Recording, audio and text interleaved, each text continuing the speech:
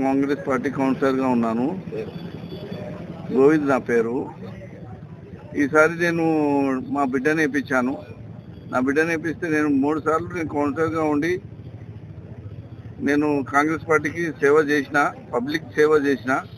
ఈసారి నాకు ఇష్టమని ఎమ్మెల్యే గారు అందరూ నాకు నచ్చెప్పి నా బిడ్డకి ఇష్టం లే అని చెప్పినారు.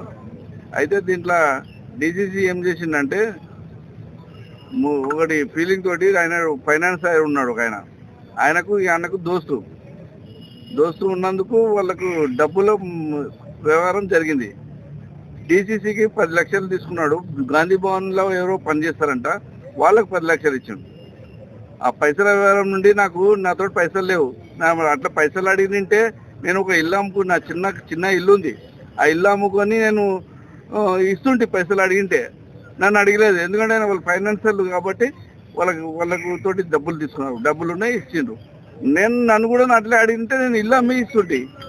సాక్ష్యాలు ఏమైనా ఉన్నాయా డబ్బులు తీసుకున్నట్టు? మరి ఎందుకోసం ఇచ్చింది?